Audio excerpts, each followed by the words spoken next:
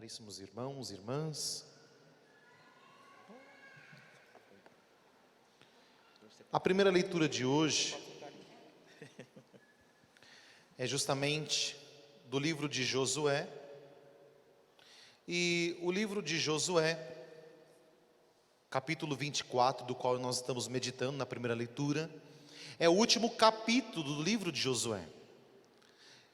E o livro de Josué, no capítulo 24, que é o último, Josué faz uma memória das maravilhas que Deus fez na história daquele povo.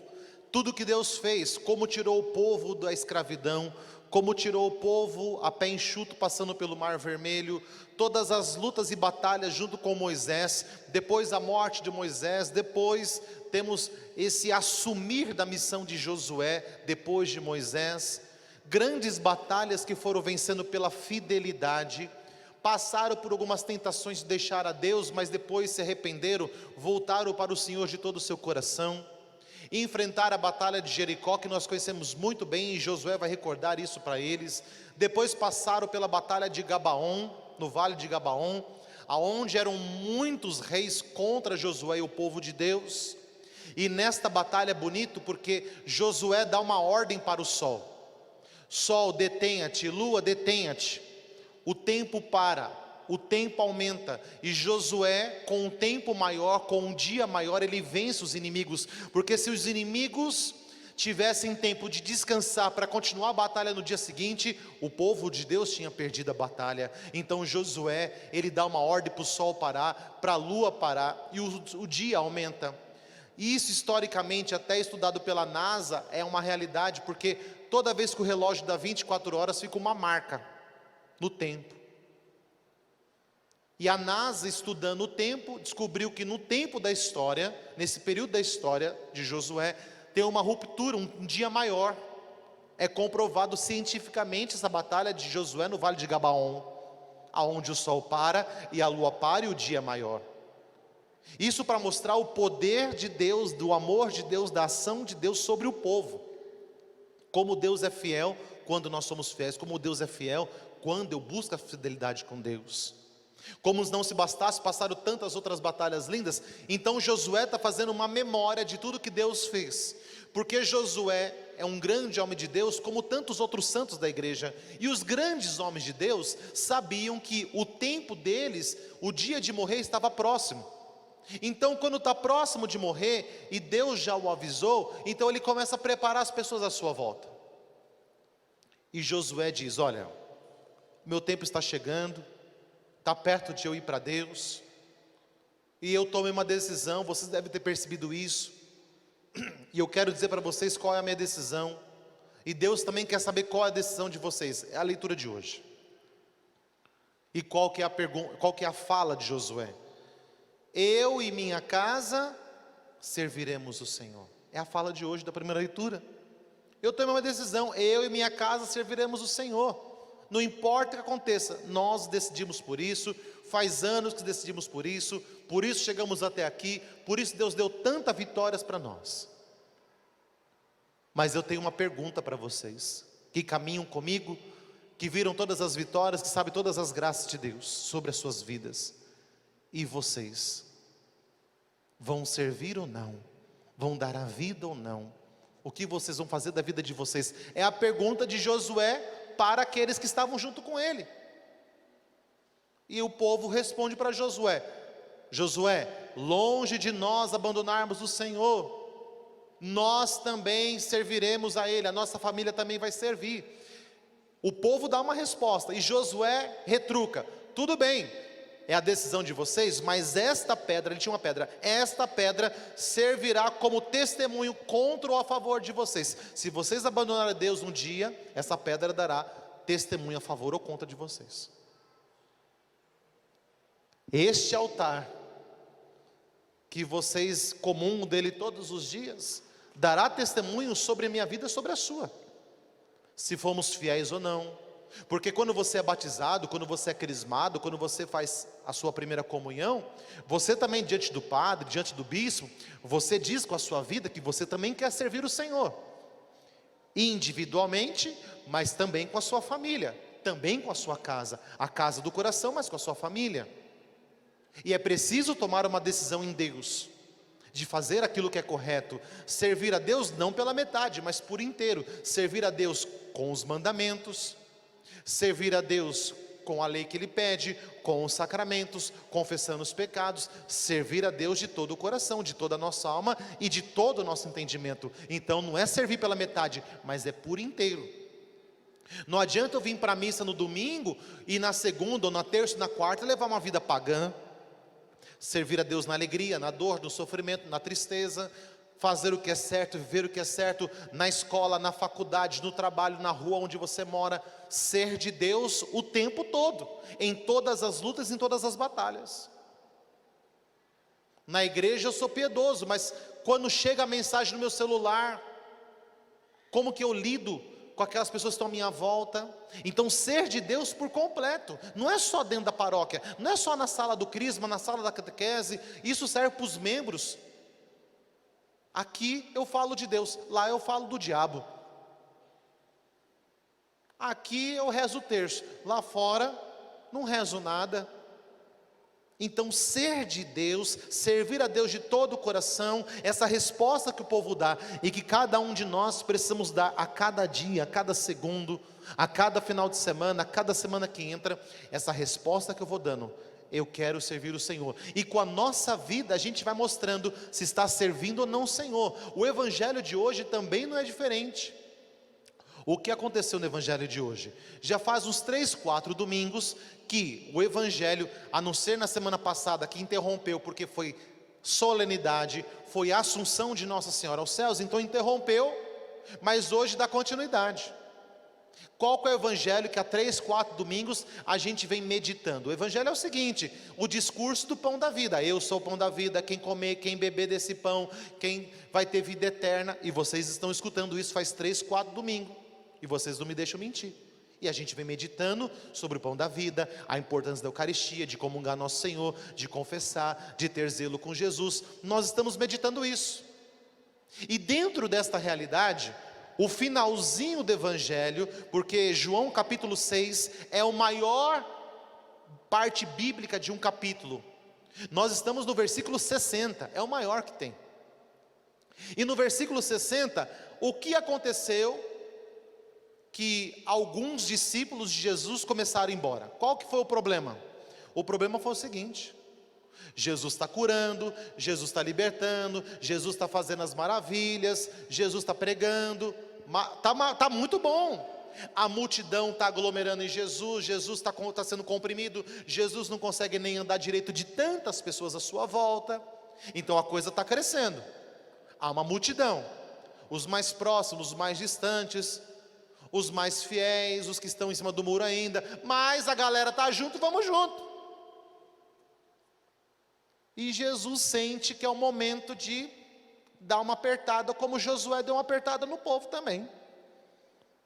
E Jesus disse: quem comer minha carne, quem beber meu sangue vai ter vida eterna. Alguns dizem: isso é loucura. Agora Jesus passou dos limites. Comer a carne de um homem, beber o sangue de um homem, isso é canibalismo, eu não estou fora. E conta aqui que alguns começaram a ir embora. Está escrito, algumas pessoas começaram a ir embora. E Jesus diz: isso vos escandaliza? Quer dizer, comer o corpo, o sangue, a alma e divindade de nosso Senhor escandaliza. Mas pecar no boteco, traição, viver o que não presta, isso não escandaliza ninguém. O mundo está muito louco.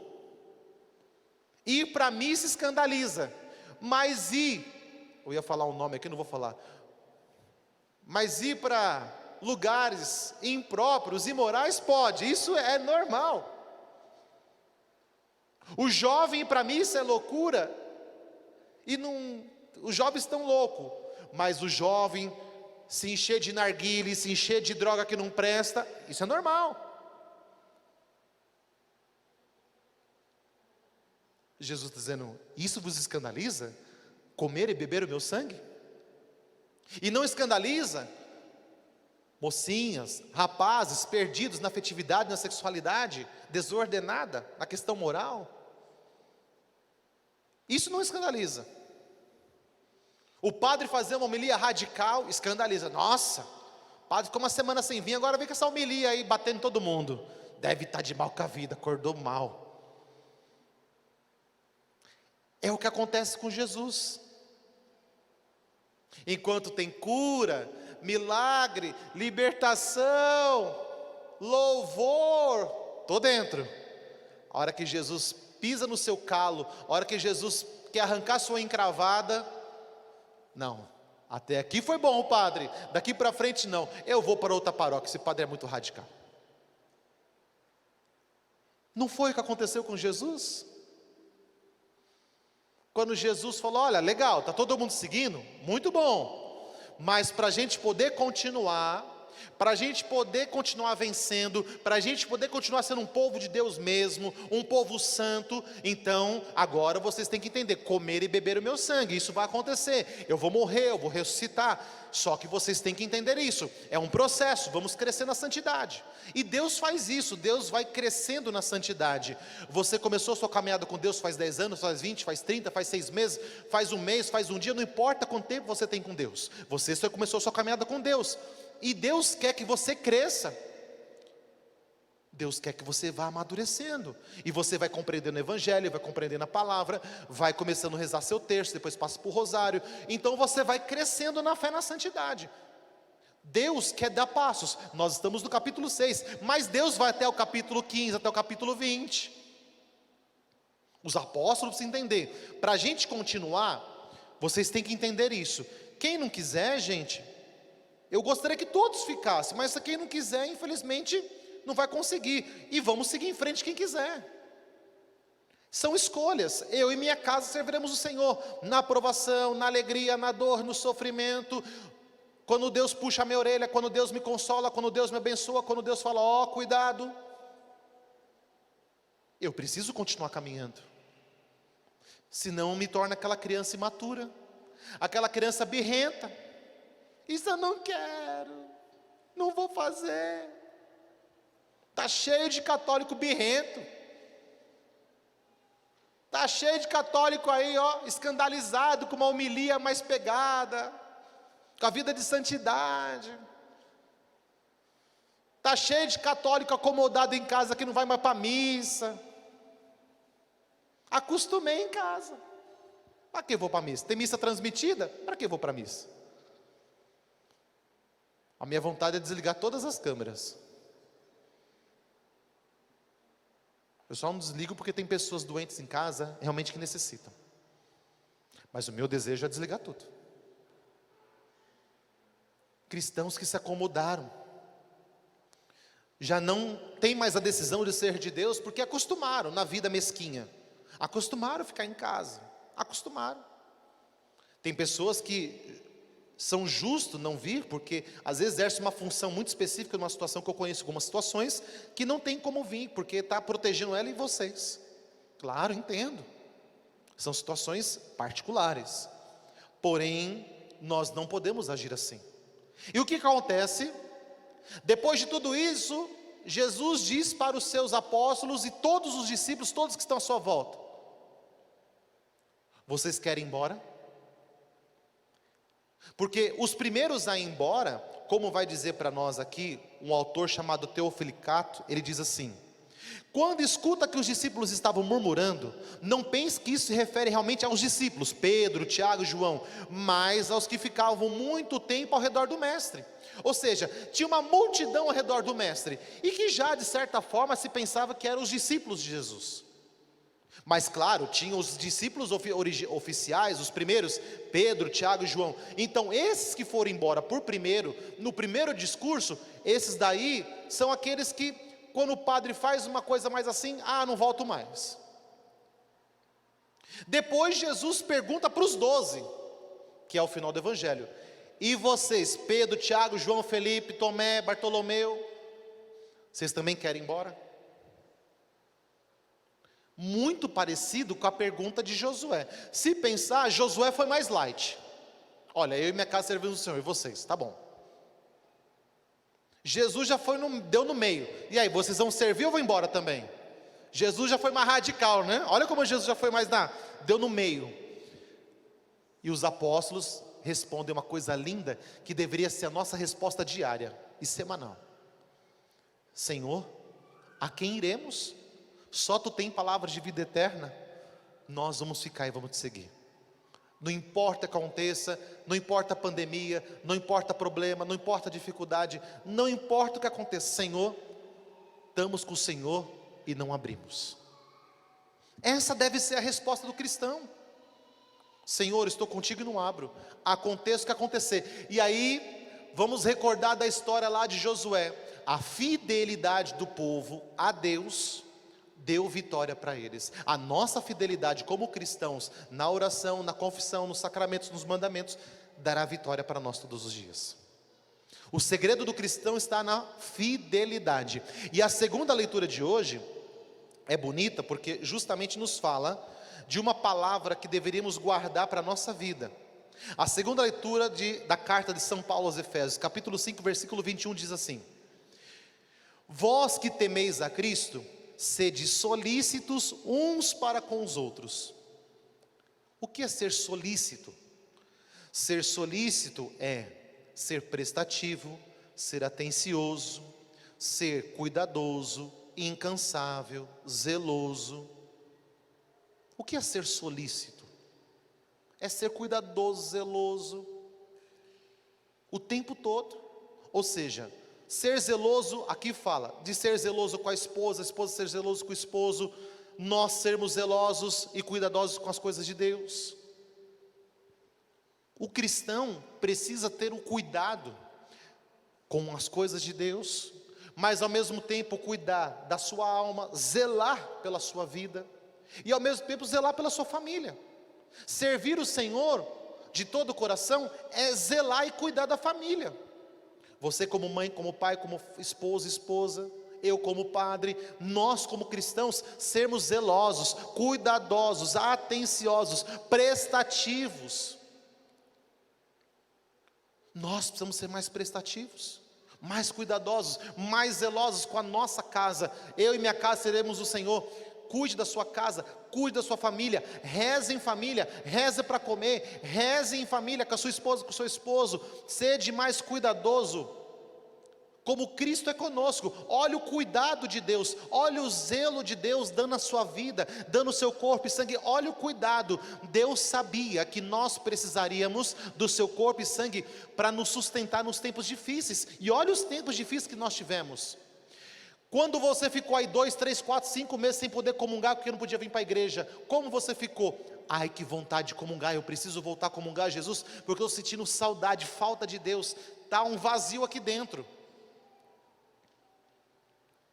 Olha o zelo de Deus. Deus sabia que nós precisaríamos dele, e ele foi cuidadoso, foi zeloso, deixou seu corpo e sangue. Ele foi zeloso, por isso que ele faz essa intervenção. Olha, eu tenho tanta preocupação com vocês, que hoje eu estou fazendo uma pergunta: vocês querem ir embora?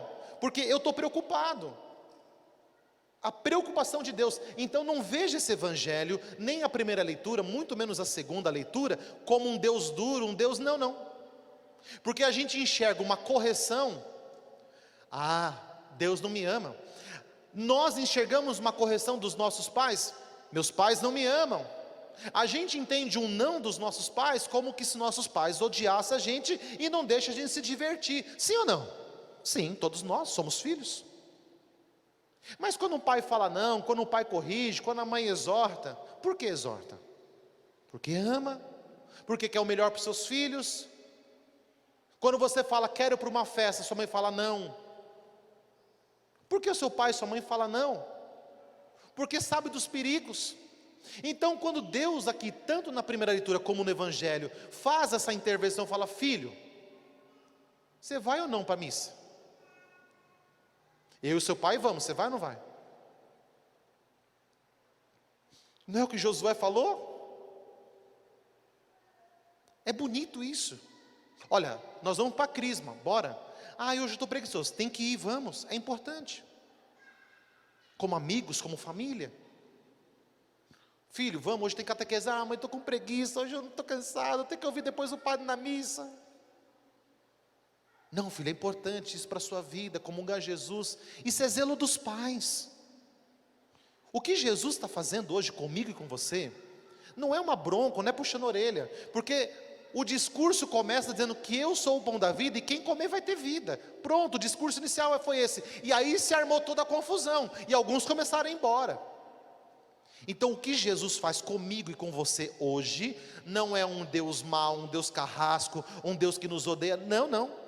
O que Deus está fazendo hoje é assim: olha, eu quero derramar mais graças, eu quero derramar mais bênçãos, eu quero te fortalecer ainda mais, só que eu preciso saber da sua decisão. Você vai dar um passo na fé ou não? É mais ou menos assim. Quando nós éramos criança, ou você que é pai e tem filhos, quando o seu filho falava assim, ou quando você era filho, falava assim: ah, eu quero aquele carrinho, eu quero aquela boneca. Aí seu pai e sua mãe respondia para você, ou você responde para os seus filhos hoje: olha lá, todos aqueles brinquedos jogados, está tudo quebrado, eu vou te dar mais um para quê? Para você quebrar e jogar fora e não usar? Não te dou. Senhor, me dá mais um dom. Senhor, me abençoa de novo. Para quê? As graças que eu te dou, você joga tudo no lixo, para que eu vou te dar mais graças? Então, há um divisor de águas. Vocês vão ou não vão?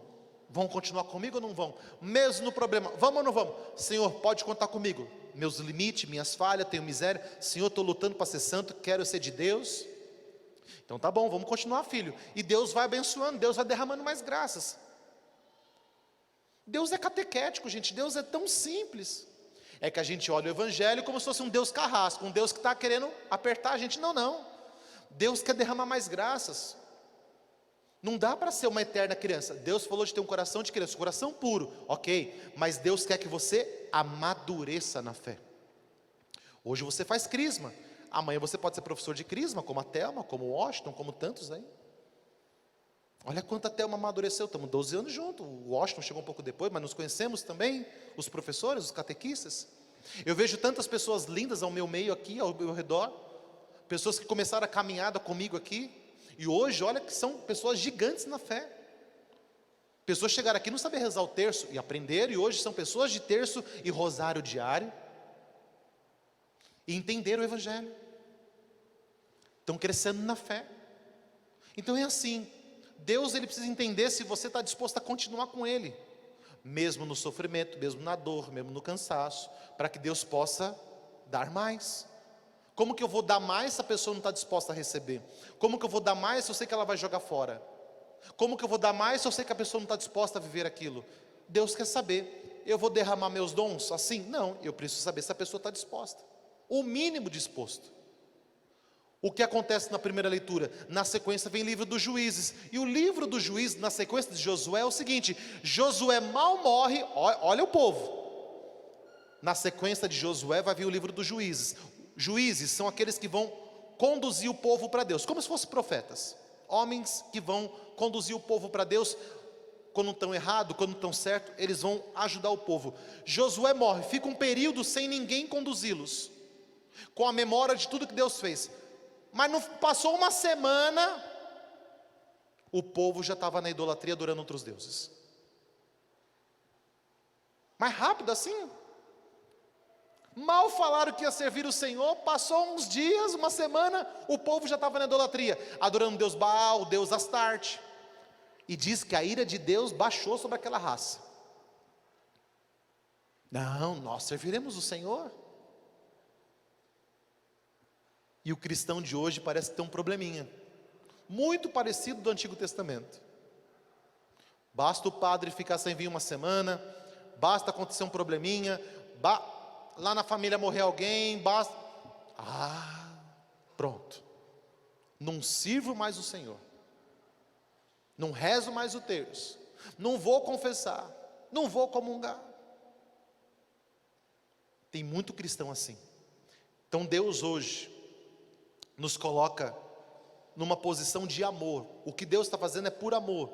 Filhos, tem dificuldade, tem problema, tem luta, tem batalha, tem tanta coisa acontecendo, mas vocês querem continuar comigo mesmo assim, no meio de tudo isso? É a pergunta de Deus para nós hoje. E a resposta é individual. Cada um dá a sua resposta, cada um dá o seu sim, cada um vai ter a sua atitude concreta, cada um vai falar: Senhor, conta comigo. E eu tenho certeza que a sua resposta é positiva, porque tudo que nós já passamos nesse tempo todo, e você está aqui porque você ama Deus, e Deus também te ama. Consequentemente, não tem outra coisa a não ser Deus falar assim: eu me derramo inteiro por você. O amor de Deus é derramado. Portanto, eu consegui enxergar isso nesse evangelho, um evangelho que Deus está nos amando. O pai que ama, ele quer o melhor para os seus filhos. Imagina Deus, não é verdade? O quanto ele te ama e o quanto ele está dizendo: caminhem firmes no Senhor, não desanime, eu estou com vocês, e se caminharem comigo, alcançarão todas as vitórias sobre a sua vida. Louvado seja o nome.